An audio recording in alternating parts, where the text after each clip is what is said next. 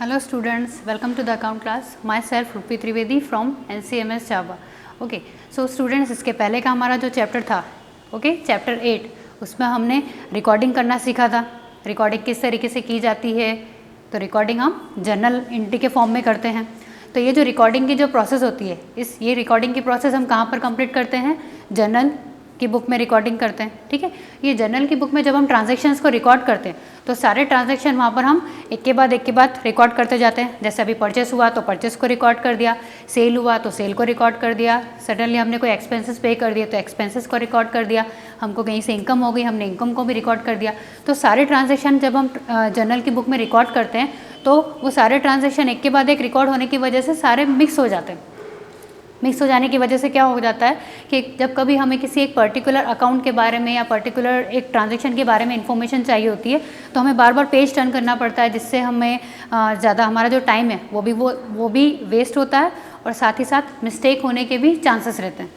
तो इसलिए हम क्या करते हैं कि ये जो रिकॉर्डिंग की जो प्रोसेस है, ये प्रोसेस कंप्लीट होने के बाद हम नेक्स्ट स्टेप पे आते हैं.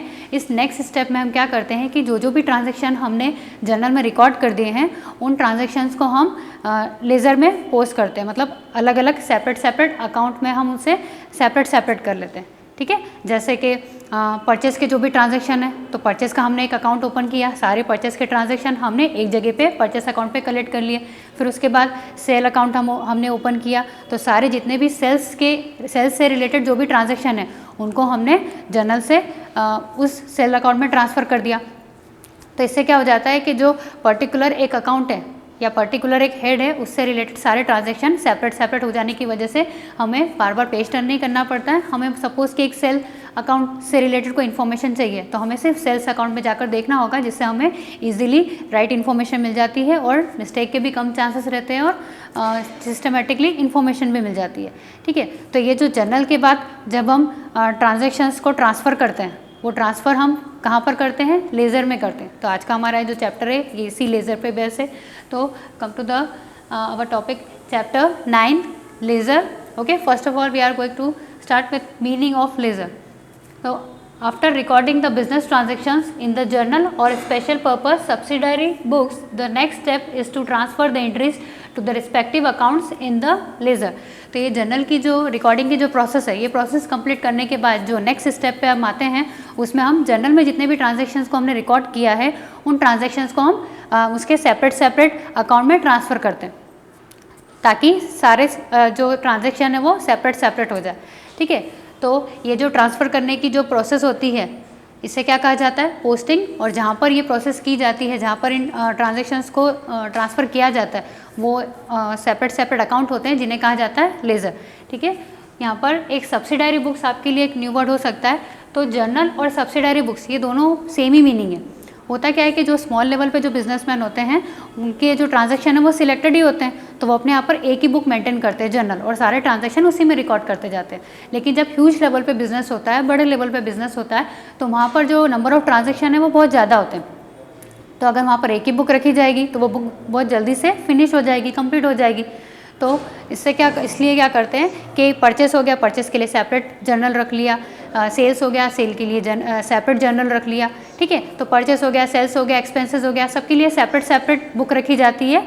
और वो सेपरेट जो जर्नल होते हैं उन्हीं को क्या कहा जाता है, सब्सिडारी बुक्स. तो सब्सिडारी बुक्स और जर्नल ये दोनों का मीनिंग एक ही है. स्मॉल लेवल पे जर्नल होता है और ह्यूज लेवल पे सब्सिडारी बुक्स होती है, बाकी होते वो जर्नल ही है. ठीक है, तो ledger is a book where all the transactions related to a particular account are collected at one place. तो जर्नल में जो सारे ट्रांजेक्शन्स हम रिकॉर्ड करते हैं वो सब मिक्सअप हो जाते हैं. तो हम क्या करते हैं कि सेपरेट अकाउंट ओपन करते हैं और उस पर्टिकुलर अकाउंट से रिलेटेड जो भी ट्रांजेक्शन्स होते हैं उनको हम उस पर्टिकुलर अकाउंट में कलेक्ट करते हैं. जैसे सेल अकाउंट बनाया तो सारे सेल के ट्रांजेक्शन हमने सेल अकाउंट में जाकर कलेक्ट कर लिए. ठीक है, ledger is also called the principal book of accounts. कभी कभी ये 1 मार्क्स में क्वेश्चन आता है कि जो प्रिंसिपल बुक है अकाउंट की वो किसे कहा जाता है, तो जो लेज़र होती है उसे प्रिंसिपल बुक ऑफ अकाउंट भी कहा जाता है. Next, utility of laser. Laser की क्या यूटिलिटी है, ठीक है, क्या बेनिफिट्स होते हैं, लेज़र हमारे लिए क्यों ज़रूरी है, क्यों इंपॉर्टेंट है. It provides complete information about all accounts. तो लेज़र में हम क्या करते हैं, सेपरेट अकाउंट ओपन करते हैं. जिससे पर्टिकुलर एक अकाउंट से रिलेटेड सारी इन्फॉर्मेशन हमें एक जगह पे मिल जाती है, ठीक है। टाइम भी हमारा सेव हो जाता है और मिस्टेक के भी चांसेस नहीं होते हैं। फिर it provides information of incomes and account. तो हम जब बहुत सारे अकाउंट जब ओपन करते हैं उनमें जो एक्सपेंसेस के भी अकाउंट ओपन होते हैं, उनमें इनकम्स के भी अकाउंट ओपन होते हैं, तो हमें एक्सपेंसेस और इनकम की इन्फॉर्मेशन मिल जाती है कि किस किस हेड पर हमने कितना एक्सपेंसेस किया है, किस किस हेड से हमने कितना अमाउंट रिसीव किया है। It provides position of assets and liabilities. Okay, तो हमारे जो बहुत सारी असेट्स होती है बिजनेस में, कौन कौन सी असेट्स है उनकी इन्फॉर्मेशन हमें मिल जाती है। लाइबिलिटीज़ कौन कौन सी है, उन लाइबिलिटीज़ की भी इन्फॉर्मेशन हमें लेजर के थ्रू मिल जाती है। फिर it facilitates the preparation of trial balance. ये ट्रायल बैलेंस क्या होता है? तो ट्रायल बैलेंस एक तरीके से जब हमारे ये जो लेज़र की प्रोसेस कंप्लीट हो जाती है तो यहाँ पर हमारे जो सेपरेट अकाउंट होते हैं उनके जो बैलेंस हम रिसीव करते हैं उन बैलेंस को लेकर ये ट्रायल बैलेंस प्रिपेयर होता है। और ट्रायल बैलेंस का जो टोटल है, इसमें भी दो साइड होता है, डेबिट और क्रेडिट। इनका जो टोटल अगर इक्वल हो जाता है इट मीन्स कि आपने ट्रायल बैलेंस करेक्ट बनाया है, आपके जो आगे फाइनल अकाउंट बनेंगे वो भी करेक्ट बनेंगे। इनका टोटल इक्वल आना कंपलसरी है ट्रायल बैलेंस का, ठीक है। तो ट्रायल बैलेंस का एक सेपरेट चैप्टर है, वहाँ पर हम और डिटेल में पढ़ेंगे। यहाँ पर आपको बस इतना ध्यान रखना है कि ट्रायल बैलेंस का टोटल इक्वल आता है और ये जो लेज़र में जो भी हम अकाउंट ओपन करते हैं उन अकाउंट के बैलेंस से ही ये ट्रायल बैलेंस प्रिपेयर होता है। तो एक तरीके से ट्रायल बैलेंस को प्रिपेयर करने में भी ये जो लेज़र है हमारी हेल्प करता है। फिर helpful in preparing final account. Okay, अब हम जब फाइनल अकाउंट बनाते हैं, फाइनल अकाउंट कौन कौन से होते हैं? Trading account, profit and loss account, balance sheet. तो यहाँ पर भी हम जो अकाउंट ट्रांसफ़र करते हैं उन अकाउंट का एक बैलेंस ट्रांसफ़र करते हैं। तो ये बैलेंस हमें कहाँ से मिलता है? जब हम सेपरेट अकाउंट ओपन करते हैं लेज़र में तो वहाँ पर हमारे हर एक पर्टिकुलर अकाउंट से रिलेटेड बैलेंस हम रिसीव कर लेते हैं। उन बैलेंस को लेकर हम फाइनल अकाउंट को प्रिपेयर करते हैं। तो वो बैलेंस के लिए भी ये लेज़र इंपॉर्टेंट है हमारे लिए। फिर प्रोफार्मा फॉर लेज़र। लेज़र का क्या फॉर्मेट होता है? ओके, तो there are two side, each ledger account is divided into 2 equal parts, ठीक है। 2 इक्वल पार्ट्स में डिवाइडेड रहता है वो। लेफ्ट हैंड साइड जो रहेगा वो आपका डेबिट साइड रहेगा और जो राइट हैंड साइड आपका रहेगा वो आपका क्रेडिट साइड रहेगा।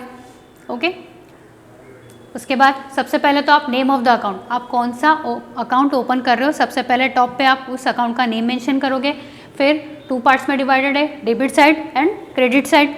अब यहाँ पर जो कॉलम्स हैं, नंबर ऑफ कॉलम्स यहाँ पर 8 होंगे, 4 कॉलम्स डेबिट के लिए and 4 columns for credit side. तो first column date, second particular, third JF and fourth amount. यही 4 कॉलम्स आपके क्रेडिट साइड के लिए भी रहेंगे। तो डेट वाले कॉलम में हम जो ट्रांजेक्शन हम ट्रांसफ़र करके लेकर आए उसकी जो डेट है वो हम यहाँ पर मेंशन करेंगे। पर्टिकुलर्स में हम उस अकाउंट का नेम मेंशन करेंगे। जर्नल एंट्री से हम लेकर आएंगे, यहाँ पर ट्रांसफ़र करेंगे ना, जर्नल एंट्री से ट्रांजैक्शन को हम यहाँ पर ट्रांसफ़र करेंगे। तो जर्नल एंट्री में हमने जो अकाउंट का नेम मेंशन करा है वो नेम यहाँ पर मेंशन हो जाएगा, वो अकाउंट का नेम यहाँ पर मेंशन हो जाएगा। ओके, जेएफ का फुल फॉर्म होता है जर्नल फोलियो। जर्नल फोलियो क्या होता है कि यहाँ पर ये एक तरीके से पेज नंबर होता है। किस चीज़ का पेज नंबर होता है? कि आप जर्नल से जिस एंट्री को यहाँ पर ट्रांसफ़र करके लेकर आए हो वो किस पेज पर है। तो जर्नल पे जो पेज नंबर होगा वो पेज नंबर आपका यहाँ पर आप मेंशन करोगे, ताकि इन फ्यूचर कभी आपको वापस से डबल चेक करना पड़े तो आपको उस पेज नंबर पे जाकर जब आप देखोगे तो आपको ये ट्रांजैक्शन वहाँ पर मिलेगा, ठीक है। तो जेएफ में हम पेज नंबर डालते हैं जर्नल का, अमाउंट में हम अमाउंट मेंशन कर देते हैं। सेम यही 4 कॉलम्स यहाँ के लिए भी है, ठीक है। तो ये था इसका फॉर्मेट। कुछ इंपॉर्टेंट पॉइंट्स है कि जब आप डेबिट साइड में एंट्री करोगे तो यहाँ पर सबसे पहले आपको अकाउंट के नेम के आगे 2 मेंशन करना रहेगा। और अगर आप क्रेडिट साइड की एंट्री करोगे तो क्रेडिट साइड में आपको CR बाय यूज़ करना रहेगा, ठीक है। तो डेबिट के लिए 2 फिर अकाउंट का नेम आएगा और क्रेडिट साइड में बाय फिर अकाउंट का नेम आएगा, ठीक है। तो डेबिट में 2 और क्रेडिट में बाय। वैसे अभी 2 और बाय लिखना एक तरीके से ऑप्शनल हो गया है, अगर आपको लगता है तो आप मेंशन करोगे, बट आप मेंशन करो तो ज़्यादा बेटर रहेगा। फिर पोस्टिंग द एंट्रीज को कैसे पोस्ट करते हैं? The process of transferring the transaction written in the journal to a ledger is called posting. जैसे ट्रांजैक्शन को जब हम जर्नल की बुक में रिकॉर्ड करते हैं तो वो रिकॉर्डिंग की जो प्रोसेस होती है उसको क्या बोलते हैं? जर्नलाइजिंग। वैसे ही जब जर्नल से हम लेज़र में हमारे जो ट्रांजैक्शन है उनको जब हम ट्रांसफ़र करते हैं तो जर्नल से लेज़र में ट्रांजैक्शंस को ट्रांसफ़र करने की जो प्रोसेस होती है उसको क्या बोलते हैं? Posting. Okay, in other words the process of transferring of debit and credit from the journal to the ledger account is called posting. Okay, now next, closing and balancing of account. अब balance कैसे निकालेंगे? तो balance निकालने सबसे पहले तो आपने क्या कर दिया, सारे के सारे डेबिट साइड में और सारे के सारे क्रेडिट साइड में इंट्री को आपने ट्रांसफ़र कर दिया। अब उसका हमें बैलेंस भी निकालना रहता है, तो वो बैलेंस हम कैसे कैलकुलेट करेंगे? तो नॉर्मली आफ्टर एवरी मंथ और whenever a businessman is interested in knowing the position of various accounts, the accounts are balanced. ठीक है, मतलब कोई भी पर्सन बिजनेस क्यों स्टार्ट करता है? प्रॉफिट कमाने के लिए, और जब उसे पता चलेगा कि उसे कितना प्रॉफिट अर्न हो रहा है तो ऑटोमेटिकली वो अपनी जो कैपेसिटी वो और इंक्रीज़ करेगा और अच्छे से बिजनेस में इन्वॉल्व होगा। इसके अपोजिट अगर आपको पता चले कि आपको लॉस हो रहा है तो आपका कोई इंटरेस्ट नहीं रहेगा बिजनेस के लिए। ठीक है, तो हमें प्रॉफिट हो रहा है या नहीं हो रहा है, कितना हो रहा है, तो ये चेक करने के लिए हम क्या करते हैं, बैलेंस निकालते हैं सारे जो अकाउंट्स होते हैं, ताकि हमें पता चले हमारे बिजनेस की कंडीशन क्या है। तो ये बैलेंस निकालने की यहाँ पर एक मेथड होती है, various steps for this purpose are. तो यहाँ पर ये स्टेप्स क्या क्या होती है? सबसे पहले debit and credit side of each account are total. Debit side में आपने एंट्री कर ली, क्रेडिट साइड में आपने एंट्री कर ली। डेबिट और क्रेडिट का सबसे पहले आप टोटल कैलकुलेट करोगे, फिर the difference between the two sides is inserted on the side which is shorter so as to make their totals equal. Debit और क्रेडिट साइड का जब आप टोटल निकालोगे तो उन दोनों के टोटल इक्वल नहीं आएगा। ठीक है, तो उसका टोटल निकालने के बाद आप उसके बीच का डिफरेंस कैलकुलेट करोगे। ओके, ये जो डिफरेंस है ये डेबिट साइड भी आ सकता है, ये डिफरेंस आपका क्रेडिट साइड भी आएगा। तो टोटल लगाने के बाद डेबिट और क्रेडिट के टोटल कंप्लीट करने के बाद आप उसका डिफरेंस कैलकुलेट करोगे। Okay, the difference between the two sides is inserted on the side which is shorter so as to make their totals equal. अब ये जो डिफरेंस है, ये डिफरेंस जिस साइड का जो अमाउंट है वो कम है, दोनों साइड का टोटल इक्वल आना चाहिए। तो जिस साइड का टोटल कम पड़ रहा है, ठीक है, तो वहाँ पर ये जो डिफरेंसिंग अमाउंट है आप वहाँ पर मेंशन कर दोगे। फिर the words balance CD, the balance carried down and return against the amount of difference. तो जहाँ पर भी आप ये डिफरेंसिंग अमाउंट मेंशन करोगे, डेबिट भी हो सकता है, क्रेडिट भी हो सकता है, ये डिफरेंस आप जहाँ पर मेंशन कर दोगे तो आपके डेबिट और क्रेडिट दोनों इक्वल हो जाएंगे। और ये जो डिफरेंसिंग अमाउंट है इसको जब भी आप मेंशन करोगे तो इसके साथ आपको बैलेंस CD वर्ड यूज़ करना है। बैलेंस CD मीन्स CD का फुल फॉर्म होता है कैरी फॉरवर्ड। ओके, तो बैलेंस CD आप मेंशन करोगे। अगर आप डेबिट साइड में अगर आपका डिफरेंस आ रहा है तो वो टू बैलेंस CD करके आप मेंशन करोगे, और अगर क्रेडिट साइड में आ रहा है तो बाय बैलेंस CD। फिर in the next period the balance is brought down on the other side by return the word balance BD। उसके बाद ये बैलेंस आपने कैलकुलेट कर लिया, टोटल लगा दिया आपने, डबल लाइन से क्लोज कर दिया। उसके बाद ये बैलेंस आप नेक्स्ट ईयर में फिर इसको लेके जाओगे, तो नेक्स्ट ईयर में जब आप इसको ट्रांसफ़र करोगे तो वहाँ पर आप बैलेंस BD करके मेंशन करोगे। ठीक है, BD मीन्स क्या हो गया, ब्रॉट डाउन। तो जब आप डिफरेंसिंग अमाउंट लिखोगे तो बैलेंस CD, और जब आप नेक्स्ट ईयर में उसे ट्रांसफ़र करोगे तो balance BD। In the debit side exceeds the credit side, the difference is a debit balance, and if the credit side exceeds the debit side, the difference is a credit balance। मतलब debit और credit दो side आपके होंगे। अगर debit side का total ज़्यादा है और क्रेडिट साइड का टोटल ज़्यादा है तो जो बैलेंस होगा, जो डिफरेंस आएगा वो आपका डेबिट बैलेंस होगा। वैसे अगर क्रेडिट साइड का टोटल ज़्यादा है और डेबिट का कम है तो क्रेडिट साइड का टोटल ज़्यादा होने की वजह से जो डिफरेंसिंग अमाउंट है वो आपका क्रेडिट बैलेंस कहलाएगा। ठीक है, यहाँ पर कभी कभी कन्फ्यूज़न हो जाता है, तो जिस साइड का टोटल ज़्यादा होगा उसी साइड का बैलेंस माना जाएगा। ठीक है, फिर इंपॉर्टेंट पॉइंट यहाँ पर क्या क्या है, debit balance of a personal account means the person is a debtor. अगर कोई पर्सनल अकाउंट है और पर्सनल अकाउंट का अगर बैलेंस डेबिट आता है तो इट मीन्स कि वो जो पर्सन है वो क्या है, फर्म के लिए डेटर हो जाएगा। और अगर किसी पर्सनल अकाउंट का जो बैलेंस है वो अगर क्रेडिट आता है, इट मीन्स कि वो क्या हो जाएगा, फर्म के लिए क्रेडिटर। फिर रियल अकाउंट की अगर बात करें तो रियल अकाउंट में जितनी भी सारी असेट्स हैं वो सब आती है, और असेट्स के मोस्टली बैलेंस जो होते हैं वो डेबिट बैलेंस ही होते हैं। फिर नॉमिनल अकाउंट, तो नॉमिनल अकाउंट के जो बैलेंस होते हैं वो ट्रेडिंग या P&L अकाउंट में ट्रांसफ़र किए जाते हैं अकाउंटिंग पीरियड के एंड में। और अगर आपको कहीं पर भी कोई डेबिट बैलेंस दे रखा है तो या तो वो असेट्स है या फिर एक्सपेंसेस है, और अगर आपको कुछ भी नहीं लिखा और सिर्फ क्रेडिट बैलेंस दे दिया तो क्रेडिट बैलेंस अगर दिया है तो या तो वो रेवेन्यू है, इनकम है, या फिर कैपिटल है, या फिर लाइबिलिटी।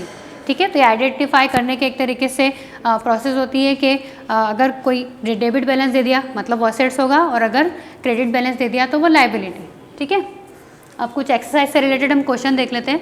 यहाँ पर जो लेजर अकाउंट के जो क्वेश्चन आपको आएंगे वो या तो विथ GST होगा या विदाउट GST होगा। तो सबसे पहले हम विदाउट GST देखते हैं। Question 1. On 1st April 2019, Mohit Delhi started business with a capital of 50,000. Okay. He made the following transactions during the month of April. तो यहाँ पर स्टार्टिंग की है कि स्टार्टिंग में 50,000 रुपीज़ की कैपिटल है और यहाँ पर आपको ये नंबर ऑफ ट्रांजेक्शन्स दे रखे हैं कि 2019 में क्या क्या ट्रांजेक्शन्स हुए. ओके, तो देयर आर ट्रांजेक्शन्स. अब इनको आपको क्या करना है कि you are required to journalise the about transactions and show the respective ledger account. आपको लेजर भी प्रिपेयर करना है और जर्नल भी प्रिपेयर करना है. तो जर्नल एंट्री किस तरीके से करते हैं, उसका कैलकुलेशन किस तरीके से होता है, वो ऑलरेडी हम चैप्टर 8 इसके प्रीवियस वाला जो चैप्टर था वहाँ पर हम ऑलरेडी सीख चुके हैं. तो यहाँ पर हम जो मेन पॉइंट डिस्कस करेंगे वो लेज़र होगा. ठीक है, फिर भी जर्नल भी हम देखते जाएंगे. तो यहाँ पर हम पहले सारे जर्नलाइज कर लेते हैं सारे ट्रांजेक्शन्स को. First transaction April 3rd, purchase goods from Rita Delhi on credit. Okay, तो यहाँ पर विदाउट जीएसटी है, मतलब जीएसटी को आपको ध्यान में नहीं रखना है कि वो स्टेट चेंज हो रहा है, विद इन द स्टेट है या आउट ऑफ स्टेट है, आपको इससे कोई मतलब नहीं है. आप बस आपका जो मेन ट्रांजेक्शन है बस आपको उसी पर फोकस करना है. तो purchase goods from Rita credit transaction है, क्या एंट्री हो जाएगी, purchase debit to purchase goods from सबसे पहले आपने यहाँ पर कैपिटल 50,000 रुपीज़ की कैपिटल से बिजनेस को स्टार्ट किया है, तो फर्स्ट एंट्री आपकी ये आएगी. तो कैपिटल से आपने बिजनेस स्टार्ट किया है, कैश आपके बिजनेस में आई और जो चीज़ हम बिजनेस स्टार्ट करने के लिए लेकर आते हैं वो हमारी क्या हो जाती है, कैपिटल. तो cash account debit to capital, first journal entry 50,000 से. उसके बाद गुड्स परचेस किया था रीता से, तो purchase account debit to Rita 20,000. Okay, ये जर्नल एंट्री ऑलरेडी हम सीख चुके हैं. फिर कैश पेड टू रीता को कैश पे किया तो रीता डेबिट टू कैश. ठीक है. फिर April 6 goods sold to Rohit को गुड्स सोल्ड किया तो Rohit debit to sales. April 8 receive cash from Rohit से आपने कैश रिसीव किया तो कैश आपके पास आया, cash debit to Rohit. April 8 cash debit to Rohit. April 12 goods purchase from Rita. ठीक है, purchase debit to Rita. Next April 18 cash paid to Rita, तो रीता को आपने कैश पे किया, Rita debit to cash 18, Rita debit to cash. और लास्ट के आपके दो transaction goods sold to Rohit, तो रोहित डेबिट टू सेल्स और रिसीव कैश फ्रॉम रोहित, तो कैश डेबिट टू रोहित. तो इस तरीके से आपने सारे ट्रांजेक्शन्स की जर्नल एंट्री कंप्लीट कर ली. ओके, अब आपको क्या करना है, लेज़र प्रिपेयर करना है. तो लेज़र आप कैसे प्रिपेयर करोगे, कौन कौन से अकाउंट आपको ओपन करना है, आपको कैसे पता चलेगा. आपकी जितनी भी जर्नल एंट्री है उस जर्नल एंट्री में आप चेक करो कि कौन कौन से अकाउंट के नेम आए. फर्स्ट है आपका कैश अकाउंट, तो आपको एक कैश अकाउंट प्रिपेयर करना है. फिर एक आए कैपिटल, तो आप कैपिटल अकाउंट भी बनाओगे. फिर परचेस भी अकाउंट भी आप ओपन करोगे. रीता का अकाउंट भी ओपन होगा. फिर रोहित का अकाउंट ओपन होगा. सेल्स अकाउंट आप मेंटेन करोगे. ठीक है, तो जो भी नेम रिपीट नहीं करना है, जो भी नेम आपने यहाँ पर जर्नल एंट्री में शो किए, मेंशन किए, उनसे रिलेटेड अब आप सेपरेट एक अकाउंट मेंटेन करोगे. ओके, तो यहाँ पर जो भी नाम अभी हमने डिस्कस किए वो सारे के सारे अकाउंट ओपन होंगे. अब यहाँ पर हम एंट्री किस तरीके से करेंगे, सबसे पहले हम लेंगे कैश अकाउंट. फॉर्मेट आपने पूरा बना दिया. चलो अब डेट आपने मेंशन कर दी 2019. अब जो भी ट्रांजेक्शन आप यहाँ पर ट्रांसफ़र करोगे उसकी वहाँ पर जो डेट है सेम डेट आप यहाँ पर भी मेंशन करोगे. चलो अब हम कैश अकाउंट बना रहे हैं. अब आपको एक चीज़ ध्यान रखना है कि जो अकाउंट हम प्रिपेयर कर रहे हैं उस अकाउंट के नाम से उसी अकाउंट में एंट्री नहीं जाएगी. ठीक है, कैश अकाउंट हम पहले बना रहे हैं तो कैश अकाउंट में कैश के नाम से एंट्री नहीं जाएगी. ठीक है, तो चलो अब देखते हैं कैसे करेंगे. कैश अकाउंट आपने मेंशन कर दिया. अब यहाँ पर जितनी भी जर्नल एंट्री आपने की है उसमें आप देखो कि कहाँ पर भी कैश अकाउंट आपने शो किया है, कहाँ पर कैश अकाउंट आया. तो सबसे पहले April 1 को आपने एंट्री की थी cash account debit to capital account. ठीक है, तो इस एंट्री में कैश आया है, मतलब कैश अकाउंट में ये एंट्री जाएगी. लेकिन कैश अकाउंट में कैश के नाम से एंट्री नहीं जाएगी. तो देखो यहाँ पर कैश अकाउंट था और कैपिटल अकाउंट है, तो कैश को हमने हटा दिया. ठीक है, कैश हमने कैंसिल कर दिया. बचा क्या, आप कैपिटल अकाउंट. अब कैपिटल अकाउंट यहाँ पर डेबिट है या क्रेडिट है, कैपिटल अकाउंट को हमने यहाँ पर क्रेडिट कर रखा है. तो जब हम कैश अकाउंट ओपन करेंगे, कैश अकाउंट में जब हम इस एंट्री को ट्रांसफ़र करेंगे तो ये क्रेडिट से डेबिट में शो होगा. ठीक है, क्या किया हमने, कैश अकाउंट हम बना रहे हैं तो कैश अकाउंट में कैश के नाम से एंट्री नहीं जाएगी. तो कैश वाली जितनी भी एंट्रीज़ हैं सबसे पहले आप वो चेक कर लो. फिर उस एंट्री में कैश को हम कैंसिल कर देंगे और अपोजिट साइड में जो अकाउंट दे रखा है, ठीक है, अपोजिट साइड में जो नेम दे रखा है वो अपोजिट साइड में ट्रांसफ़र करना है। तो इसके अपोजिट साइड में दे रखा है कैपिटल अकाउंट, ये कैपिटल अकाउंट क्रेडिट में है तो हम कहाँ पर ट्रांसफ़र करेंगे, डेबिट साइड में। तो चलो कैश अकाउंट में जाके देखते हैं। ये कैश अकाउंट डेबिट साइड में आ गया टू कैपिटल अकाउंट, ठीक है, अमाउंट 50,000। सेकंड पे आएंगे, सेकंड में कहीं पर भी कैश अकाउंट नहीं है, मतलब ये एंट्री वहाँ पर नहीं आएगी। थर्ड एंट्री में फिर कैश अकाउंट है, कैश हमने कैंसिल कर दिया, उसके अपोजिट साइड में है रीता। रीता यहाँ पर डेबिट कर रखा है तो अब आप उसके अकाउंट में कहाँ पर ट्रांसफ़र करोगे, अपोजिट साइड। डेबिट है तो हम कहाँ ट्रांसफ़र करेंगे, क्रेडिट। तो क्रेडिट साइड में हम एंट्री करेंगे, बाय साइड में बाय रीता अकाउंट 10,000, ठीक है। सिमिलरली अप्रैल 6 में भी यहाँ पर कैश अकाउंट कहीं पर भी मेंशन नहीं किया है, मतलब ये ट्रांजैक्शन वहाँ पर नहीं जाएगा। April 8 cash account debit to Rohit, ये ट्रांजैक्शन आप लेके जाओगे वहाँ पे। कैश कैंसिल हो गया, रोहित को हमने यहाँ पर क्रेडिट किया है तो कैश अकाउंट में कहाँ चला जाएगा, अपोजिट साइड मीन्स डेबिट। तो टू रोहित 20,000, ठीक है। इसके बाद और अप्रैल 12 में भी कैश नहीं मेंशन किया, मतलब ये ट्रांजैक्शन नहीं आएगा। अप्रैल 18 में again Rita debit to cash account, cash cancel हो गया, रीता डेबिट में है तो क्रेडिट साइड चला जाएगा, बाय रीता 20,000 करके। फिर नेक्स्ट में भी कैश नहीं है तो ये ट्रांजैक्शन नहीं आएगा। अप्रैल 30 में कैश डेबिट टू रोहित, तो ये ट्रांजैक्शन आप ट्रांसफ़र करोगे, कैश कैंसिल हो गया, रोहित क्रेडिट में था तो डेबिट में चला जाएगा, टू रोहित करके 6,000। तो इस तरीके से ये आपने सारे ट्रांजेक्शन्स को आपने यहाँ पर ट्रांसफ़र कर लिया। अब हम क्या करेंगे, हमने यहाँ पर टोटल लगाया, डेबिट साइड का टोटल आपका कितना आया है 76,000 और जो क्रेडिट साइड का टोटल है वो कितना आपका 30,000। तो यहाँ पर 76 और यहाँ पर कितना है 30, ये दोनों इक्वल नहीं है तो इनको इक्वल करने के लिए हमें पहले डिफरेंस निकालना होगा। तो हमने 76 में से ये 30 हमने माइनस किया तो कितना आ गया आपका 46। ये 46 कहाँ पर कम पड़ रहा था, किधर का अमाउंट, किस साइड का अमाउंट कम था, तो ये क्रेडिट साइड कम था, तो ये 46,000 आपने क्रेडिट साइड में शो किया। और क्या लिख के शो करेंगे हम, बैलेंस सीडी, तो बाय बैलेंस सीडी करके 46,000। अगर ये डिफरेंस डेबिट साइड में आता तो आप लिखते टू बैलेंस सीडी, ठीक है, डेबिट साइड के लिए 2 और क्रेडिट साइड के लिए बाय। तो ये 46,000 आपने यहाँ मेंशन कर दिया, ये 46 यहाँ पर ऐड कर देने की वजह से आपका जो डेबिट और क्रेडिट है ये दोनों इक्वल हो गया। तो 76 से आपने टोटल को डबल लाइन से क्लोज कर दिया। अब ये जो बैलेंस है ये आपने बैलेंस सीडी करके यहाँ पर 46 जो लिखा है वो नेक्स्ट ईयर आप ट्रांसफ़र करोगे तो ये बाय में है तो किधर चला जाएगा, ये टू साइड में, अपोजिट साइड। तो आगे यहाँ पे टू बैलेंस बीडी, ठीक है, वहाँ पर सीडी था कैरी डाउन, यहाँ पर हम लिखेंगे बीडी ब्रॉट डाउन। तो ये सेम अमाउंट 46,000 यहाँ पर आ जाएगा, टू बैलेंस बीडी करके 46,000। ये बैलेंस जब तक आप ट्रांसफ़र नहीं करोगे तब तक ये अकाउंट आपका कंप्लीट नहीं होगा। तो ये बैलेंस ट्रांसफ़र करने के बाद आपका ये कैश अकाउंट कंप्लीट हो गया। अब हम आ जाते हैं सेकेंड अकाउंट पे। सेकेंड अकाउंट हमने ओपन किया कैपिटल अकाउंट। तो आप देखो आपकी जितनी भी जर्नल एंट्री थी वहाँ पर कैपिटल के नाम से कोई एंट्री है क्या, एक ही एंट्री थी स्टार्टिंग वाली। तो कैपिटल अकाउंट में हम कैपिटल के नाम से एंट्री नहीं करेंगे, कैपिटल हो गया कैंसिल। कैश अकाउंट आ जाएगा, कैश अकाउंट को यहाँ पर डेबिट किया था तो वहाँ पर चला जाएगा क्रेडिट साइड में, बाय कैश 50,000, ये आ गया बाय कैश 50,000। ये 50 यहाँ पर क्रेडिट साइड में था लेकिन डेबिट में ये बैलेंस नहीं था तो 50 ही आपने यहाँ पर ऐड कर दिया, 50 से 50 दोनों इक्वल हो गया। ये आपका टू बैलेंस सीडी 50,000, इसे नेक्स्ट ईयर में आपने ट्रांसफ़र कर दिया, नेक्स्ट मंथ में ट्रांसफ़र कर दिया, बाय बैलेंस बीडी 50,000, ठीक है। फिर नेक्स्ट परचेस अकाउंट, अब परचेस की एंट्री आपकी जहाँ भी है, फर्स्ट एंट्री है, सेकंड में है तो परचेस कैंसिल हो जाएगा, रीता क्रेडिट में है तो डेबिट में आ जाएगा। फिर परचेस की और एंट्री अप्रैल 12, परचेस कैंसिल हो जाएगा, रीता क्रेडिट में है तो डेबिट में 12,000 से। फिर परचेस की और कोई एंट्री नहीं है तो यहाँ पर सिर्फ 2 ही एंट्री आएगी, ठीक है, ये आपकी सिर्फ दोनों एंट्री आई है रीता के नाम से। और यहाँ पर भी आपने सेम प्रोसेस की है, बैलेंस निकाला और दोनों अकाउंट को, दोनों साइड को आपने इक्वल किया।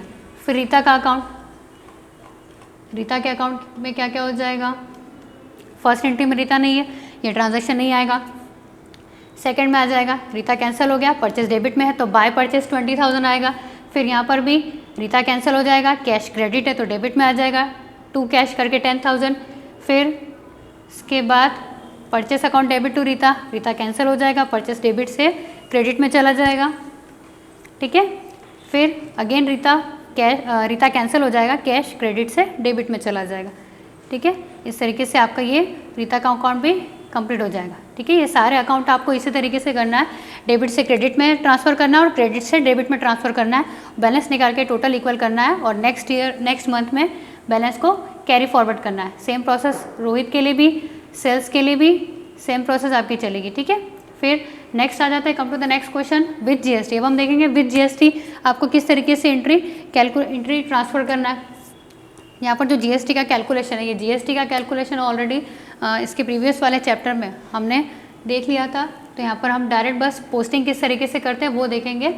Question 6, following balances appeared in the books of Ashok Delhi on 1 अप्रैल 2019। यहाँ पर आपको ध्यान रखना है कि किसकी बुक में आप एंट्री कर रहे हो, अशोक की बुक में, और वो कहाँ से है, दिल्ली। तो यहाँ पर अब आपको जीएसटी का ध्यान रखना होगा। ठीक है, अगर आउट ऑफ स्टेट है, स्टेट चेंज हो जाता है तो आईजीएसटी यूज़ करना है, और अगर विद इन द स्टेट है, मतलब स्टेट के अंदर है, तो फिर क्या हो जाएगा आपका सीजीएसटी और एसजीएसटी।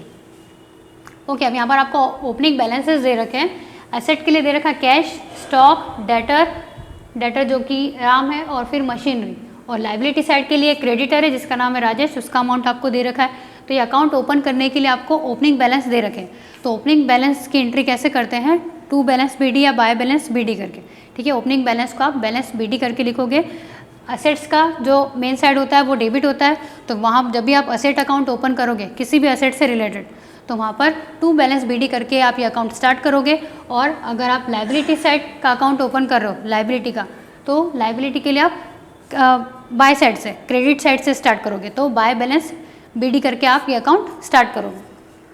तो ये आपके ओपनिंग बैलेंसेस है। अब यहाँ पर ये जर्नल एंट्री दे रखी है, सॉरी ट्रांजेक्शन्स दे रखे हैं। इन ट्रांजेक्शन्स को पहले आपको जर्नलाइज करना है, फिर उसके बाद आप उसको लेज़र में पोस्ट करोगे। जीएसटी के लिए बोला है कि सीजीएसटी और एसजीएसटी कितना आपको कैलकुलेट करना है 6% से, और आईजीएसटी कितना हो जाएगा आपका 12% से। ओके, और ठीक है, अब चलो सबसे पहले हम जर्नल एंट्री देखते हैं। Transaction wise sold goods for cash, तो आपकी एंट्री क्या हो जाएगी, cash account debit to, sorry सबसे पहले तो जितने भी ओपनिंग बैलेंसेस हैं उन ओपनिंग बैलेंसेस को हम ट्रांसफ़र करेंगे। ओपनिंग बैलेंस आपके असेट्स हो गए, कैश, स्टॉक, राम, मशीनरी।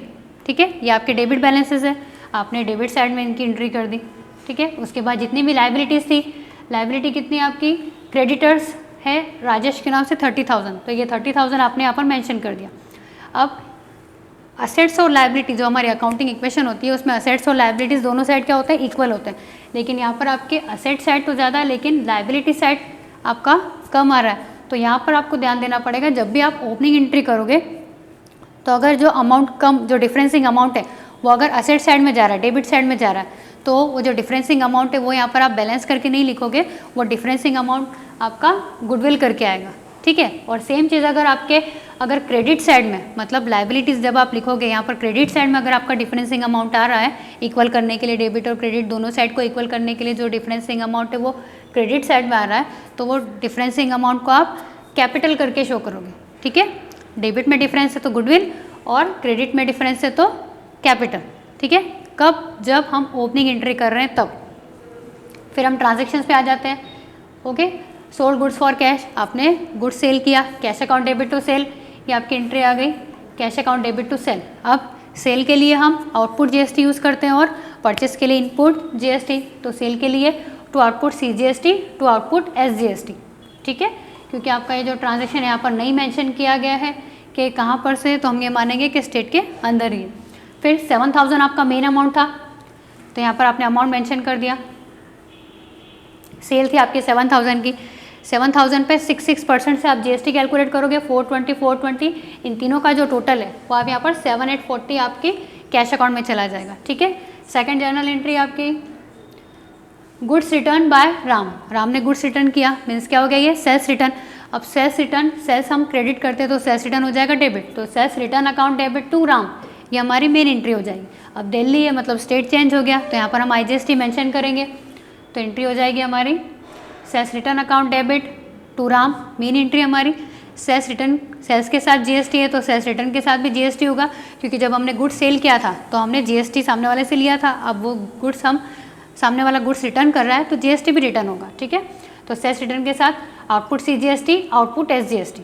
ठीक है, तो मेन अमाउंट आपका था कितने का गुड्स रिटर्न हुआ, 1000 का, 6% से यहाँ पर जीएसटी चार्ज किया है तो 1120 आपका मेन अमाउंट हो गया। उसके बाद अप्रैल 10 अप्रैल 10 purchase goods from Rajesh Jaipur Rajasthan, state change हो गया, IGST हो जाएगा। ओके, लिस्ट प्राइस कितना है 10,000, 10,000 का गुड्स आपने 9,000 में सेल किया, तो गुड्स को अगर आप प्रॉफिट पे या असेट परचेस कर रहे हो तो उस पर जो भी प्रॉफिट या लॉस होता है तो उससे हमें रिकॉर्ड करना ज़रूरी होता है, उसे हमने मेंशन करना ज़रूरी होता है। तो यहाँ पर हम गुड्स की बात कर रहे हैं तो गुड्स के सेंस में हमें प्रॉफिट हो रहा है या लॉस हो रहा है वो हम रिकॉर्ड नहीं करेंगे। गुड्स कितने का भी हो, आप जितने में सेल कर रहे हो सिर्फ वही अमाउंट आप यहाँ पर मेंशन करोगे। तो लिस्ट प्राइस कितनी थी, purchase goods from Rajesh Jaipur, ठीक है, 10,000 का गुड्स आपने 9,000 में सेल किया, तो अमाउंट हम 9,000 ही मेंशन करेंगे। गुड्स परचेस हुआ है, purchase account debit to Rajesh, ठीक है, स्टेट चेंज हो गया है तो IGST, ये IGST मेंशन कर दिया है। 9,000 था, GST लगाया आपने IGST 12% से, टोटल अमाउंट आपका 180 आउटर में चला गया। फिर अप्रैल 15 bought goods of list price 15,000 from Rakesh, okay, Kolkata, less 10% trade discount. अब यहाँ पर आपको ट्रेड डिस्काउंट और कैश डिस्काउंट का भी कैलकुलेशन करना है। ओके, 5% आपका कैश डिस्काउंट है और 10% आपका ट्रेड डिस्काउंट है, और सिर्फ 40% अमाउंट ही इमीडिएटली पे किया गया। तो कैश डिस्काउंट हम उसी पर कैलकुलेट करते हैं जितना अमाउंट कैश पे हो गया, ठीक है। जितना अमाउंट कैश पे नहीं हुआ है वो हम ये एज्यूम करते हैं कि वो क्रेडिट ट्रांजैक्शन है, तो यहाँ पर कैश और क्रेडिट दोनों सेपरेट आप यहाँ मेंशन करोगे। तो गुड्स परचेस हुआ है तो परचेस अकाउंट डेबिट, ठीक है, परचेस अकाउंट डेबिट के बाद GST चार्ज करोगे आप, तो इनपुट्स IGST, ठीक है। उसके बाद 40% कैश हुआ है तो 60% क्रेडिट हुआ होगा, तो 60% का जो अमाउंट है वो राकेश में आप मेंशन कर दोगे, और ये जो 40% का अमाउंट है वो हम यहाँ पर कैश में मेंशन कर देंगे और GST के साथ, ठीक है। उसके बाद डिस्काउंट रिसीव, ये डिस्काउंट कौन सा वाला अमाउंट आएगा, जो कैश डिस्काउंट है वो अमाउंट हम यहाँ पे मेंशन कर देंगे। तो इस तरीके से आपकी ये जर्नल एंट्री भी कंप्लीट हो गई। फिर April 20 paid to Rajesh in full settlement, तो राजेश को आपने पे किया, Rajesh account debit to cash, ठीक है। फिर लाइफ इंश्योरेंस प्रीमियम पे की है, तो प्रीमियम हमारा एक्सपेंसेस है तो प्रीमियम अकाउंट, लेकिन ये जो प्रीमियम है ये प्रोप्राइटर की पर्सनल है, तो पर्सनल अगर होगा तो उसे हम क्या बोलते हैं, ड्राइंग, तो drawing account debit to cash, ये आपकी एंट्री हो जाएगी। फिर कमीशन रिसीव हुआ है और यहाँ पर बोला है कि कमीशन के साथ आपको GST चार्ज करना, तो ध्यान रखना कि जो परचेस है, परचेस हमारे लिए एक्सपेंसेस होता है, तो वहाँ पर हम इनपुट यूज़ करते हैं। वैसे ही जो एक्सपेंसेस हम पे करते हैं, इंटरेस्ट पे किया, कमीशन पे किया, तो एक्सपेंसेस के साथ भी इनपुट GST ही यूज़ होता है, ठीक है। वैसे ही जो सेल्स है, सेल्स से हमें इनकम होती है, हम रेवेन्यू जनरेट करते हैं, तो यहाँ पर हम आउटपुट यूज़ करते हैं। तो वैसे ही अगर हम कमीशन रिसीव करते हैं, कोई इनकम, अदर इनकम भी अगर हम रिसीव कर रहे हैं और आपको GST बोला तो वहाँ पर आउटपुट GST आप यूज़ करोगे। यहाँ पर आप कमीशन रिसीव कर रहे हो तो cash account debit to commission आपकी एंट्री आ जाएगी और कमीशन के साथ आप आउटपुट GST चार्ज करोगे, ठीक है। तो ये आपकी जितनी भी जर्नल एंट्री है वो कंप्लीट हो गई। अब यहाँ पर जो भी अकाउंट के नेम मेंशन हुए उनसे रिलेटेड सारे सेपरेट अकाउंट आपको लेजर में ओपन करना है। तो सबसे पहले हमने अकाउंट ओपन किया है कैश अकाउंट, ठीक है। अब कैश अकाउंट में करना वही चीज़ है कि जहाँ जहाँ भी कैश लिखा है वो कैंसिल हो जाएगा, अपोजिट साइड की एंट्री आपकी यहाँ पर ट्रांसफर हो जाएगी। तो चलिए, कैश कैंसिल हो गया, ठीक है। ये तो आपका बैलेंस है, ठीक है, ये आपके ओपनिंग अकाउंट के बैलेंस है। तो कैश अकाउंट का ओपनिंग बैलेंस कितना है, 50,000। कैश का नेचर क्या हो गया, डेबिट, तो डेबिट साइड में आप टू बैलेंस BD करके सबसे पहले अकाउंट की ओपनिंग करोगे 50,000, ओके, ये रहा टू बैलेंस BD 50,000। उसके बाद जो ट्रांजेक्शन्स आपने जर्नलाइज किए हैं उनकी क्रॉस पोस्टिंग होगी यहाँ पे। तो ये सेकंड अप्रैल 4 को cash account debit to sales account, ठीक है। अब यहाँ पर कैश कैंसिल हो जाएगा, एंट्री क्या आ जाएगी आपकी सेल्स अकाउंट से, सेल यहाँ पर क्रेडिट है तो कहाँ चला जाएगा, डेबिट में। अब ये जो GST है ये भी सेल्स के साथ है, तो ये भी सेल्स के साथ आप ट्रांसफ़र करोगे to sales to output CGST to output SGST। तो ये तीनों अमाउंट आपने as it is to sales to output CGST to output SGST आपने एज इट इज़ अमाउंट के साथ यहाँ पर ट्रांसफ़र कर दिया। फिर सेकेंड एंट्री कैश अकाउंट से रिलेटेड, सेकेंड एंट्री में कैश नहीं है मतलब ये ट्रांजैक्शन आपको नहीं लेना है, अप्रैल 10 भी नहीं, अप्रैल 15, ओके, अप्रैल 15 में यहाँ पर कैश ट्रांजैक्शन है आपका, यहाँ पर परचेज दिया है। अब यहाँ पर परचेस क्या है, अब यहाँ पर ये जो एंट्री है कि आपकी कंपाउंड एंट्री है, यहाँ पर एक ही अकाउंट नहीं है। जब एक से ज़्यादा अकाउंट होते हैं उनको क्या बोलते हैं, कंपाउंड एंट्री। तो आप यहाँ पर जब कंपाउंड एंट्री को ट्रांसफ़र करोगे तो आपको ध्यान देना है कि अपोजिट साइड का अकाउंट का नेम आप यूज़ करोगे ट्रांसफ़र करने के लिए, लेकिन जो अमाउंट आएगा वो जो अकाउंट आप प्रिपेयर कर रहे हो उसी का आएगा। जैसे हम यहाँ पर कैश अकाउंट प्रिपेयर कर रहे हैं, अब यहाँ पर कितने सारे नंबर ऑफ अकाउंट है, ठीक है। परचेस अकाउंट भी है, इनपुट IGST भी है, डिस्काउंट भी है, राकेश भी है। तो इस टाइम पर कन्फ्यूजन हो जाता है कि कौन सा अकाउंट का नेम हमें मेंशन करना चाहिए और अमाउंट कौन सा आएगा। तो यहाँ पर आपको ध्यान देना है कि ये जो कैश अकाउंट है, कैश अकाउंट के अपोजिट साइड में क्या है, परचेस और IGST। तो यहाँ पर आपको परचेस और IGST ही लेना है, ठीक है। अमाउंट भी कौन सा हो जाएगा, ये अमाउंट आपका जो दे रखा है, ठीक है। ये आपका 5130 और 1620। तो ये GST का अमाउंट हो गया, ये आपका परचेस का मेन अमाउंट हो गया। देखिए यहाँ पे ये आपका परचेस का अमाउंट हो गया और ये IGST का अमाउंट हो गया। वो डेबिट था तो यहाँ पर क्या हो गया, क्रेडिट हो गया। उसके बाद और कैश अकाउंट के नेम से आपकी एंट्री, यहाँ पर कैश आ गया। अपोजिट साइड में क्या है, राजेश। तो बाय साइड में आप लिख दोगे राजेश, लेकिन अमाउंट देखो, राजेश में अमाउंट कितना है 480 और कैश अकाउंट में कितना अमाउंट है 38,600। तो यहाँ पर अपोजिट साइड में राजेश है तो राजेश को ही आप ट्रांसफ़र करोगे, लेकिन अमाउंट आएगा कैश वाला 38,600। तो यहाँ पर बाय साइड में बाय राजेश करके 38,600 हम अमाउंट ट्रांसफ़र करेंगे। सेम ये चीज़ आपकी आगे। फिर drawing account debit to cash, तो ड्राइंग यहाँ पर डेबिट है तो क्रेडिट में चला जाएगा बाय ड्राइंग। यहाँ पर भी कमीशन आपका क्रेडिट है तो डेबिट में चला जाएगा विद GST। तो इस तरीके से आपका एक कैश अकाउंट कंप्लीट हो गया। दोनों साइड का डिफरेंस आपने निकाला, टोटल कैलकुलेट किया, ठीक है। उसके बाद ये जो बैलेंस है CD से आपने नेक्स्ट ईयर में यहाँ पर ट्रांसफ़र करना है, बैलेंस BD से, ठीक है। सेम यहाँ पर कैपिटल अकाउंट से रिलेटेड आपका एक ही ट्रांजेक्शन था। तो सबसे पहले ये जो बाय बैलेंस BD करके, कैपिटल हमारा क्रेडिट नेचर का होता है तो क्रेडिट साइड से स्टार्ट करेंगे। बाय बैलेंस BD 160 आपका ओपनिंग बैलेंस है। उसके बाद आपने ओपनिंग बैलेंस से आपने ओपनिंग एंट्री की थी, कैपिटल से रिलेटेड कोई ट्रांजेक्शन नहीं है, इसलिए यही कि यही 160 आपका बैलेंस CD हो जाएगा और अकाउंट क्लोज हो जाएगा। फिर राकेश के नाम से भी यहाँ पर बस एक ही ट्रांजेक्शन है आपका परचेस अकाउंट के नाम से। तो राकेश के लिए पहले तो बैलेंस आपका बाय परचेस करके 8,100। ये अमाउंट कैसा है आपकी जो जर्नल एंट्री है, ये जर्नल एंट्री, ये राकेश में क्या दे रखा है, अपोजिट साइड में परचेस दे रखा है तो परचेस आएगा, लेकिन अमाउंट आप राकेश के सामने वाला लोगे 8,100, ठीक है। तो ये अमाउंट यहाँ से हम लेकर आए हैं 8,100 बाय परचेस और यही आपका बैलेंस में आ जाएगा। फिर स्टॉक अकाउंट, स्टॉक में भी सेम है, स्टॉक से रिलेटेड कोई एंट्री नहीं है तो यही हमारा बाय बैलेंस CD और यही हो जाएगा टू बैलेंस BD। राम के भी जो ट्रांजैक्शन है उसमें एक ट्रांजैक्शन था आपका सेल्स रिटर्न वाला, तो ये सेल्स रिटर्न के साथ इसके GST भी आ जाएंगे, ओके। और सेल्स रिटर्न राम के सेंस में आपको ओपनिंग बैलेंस दे रखा है स्टार्टिंग में, तो ओपनिंग बैलेंस आपका टू बैलेंस BD करके 50 हो गया और डिफरेंस से आपने यहाँ पर बैलेंस CD कैलकुलेट कर लिया।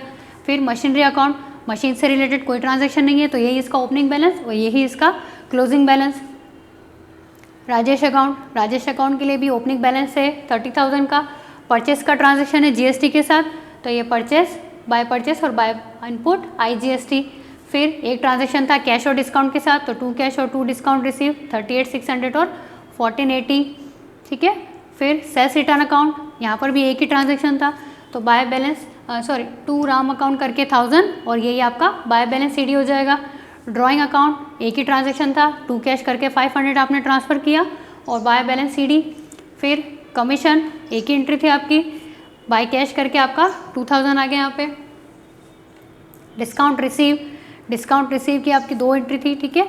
बाय परचेस के सेंस में थी और एक राजेश के सेंस में थी, तो ये दोनों आपने यहाँ पर ट्रांसफ़र की और ये बैलेंस कैलकुलेट हो गया। फिर परचेस अकाउंट, परचेस आपका जहाँ भी आपने मेंशन किया था वो भी आपने इस तरीके से यहाँ पर इसको रिकॉर्ड कर दिया। सेल्स अकाउंट फिर आप ओपन करोगे, ठीक है। ये सेल अकाउंट हमने यहाँ पे मेंशन किया है, बाय कैश 7,000 और इसका टू बैलेंस CD करके ये सेम आपका डिफरेंसिंग अमाउंट आ गया और आपने अकाउंट को क्लोज कर दिया। फिर हमने GST भी कैलकुलेट किया था, तो CGST, SGST और IGST ये तीनों अकाउंट भी हम यहाँ पर मेंशन करेंगे। Input CGST, okay. सबसे पहले 2 राजेश करके 1080 स्टार्टिंग वाला जो GST था, उसके बाद कैश अकाउंट पे हमने 1620 का GST पे किया था। फिर कैश जो 40% का कैश अमाउंट था उस पर जो GST था वो 648 था और ये पूरा के पूरा आपका बैलेंस CD हो गया। फिर आउटपुट CGST, इसके 2 ट्रांजैक्शन थे आपके, बाय कैश 120 और एक 2 राम 60, ठीक है। बैलेंसिंग अमाउंट आपका आ गया 60 और ये 120 से इक्वल हो गया। फिर आउटपुट SGST के भी आपके 2 ट्रांजैक्शन थे, बाय कैश 120 और 2 राम 60 और 60 का डिफरेंसिंग अमाउंट था। इस तरीके से आपने अकाउंट क्लोज कर दिया, ठीक है। तो ये आपके जो लेज़र में ये 2 टाइप से क्वेश्चन बनते हैं, एक विद GST और एक विदाउट GST, ओके। तो ये चैप्टर हमारा यहाँ पे फिनिश होता है। Thank you.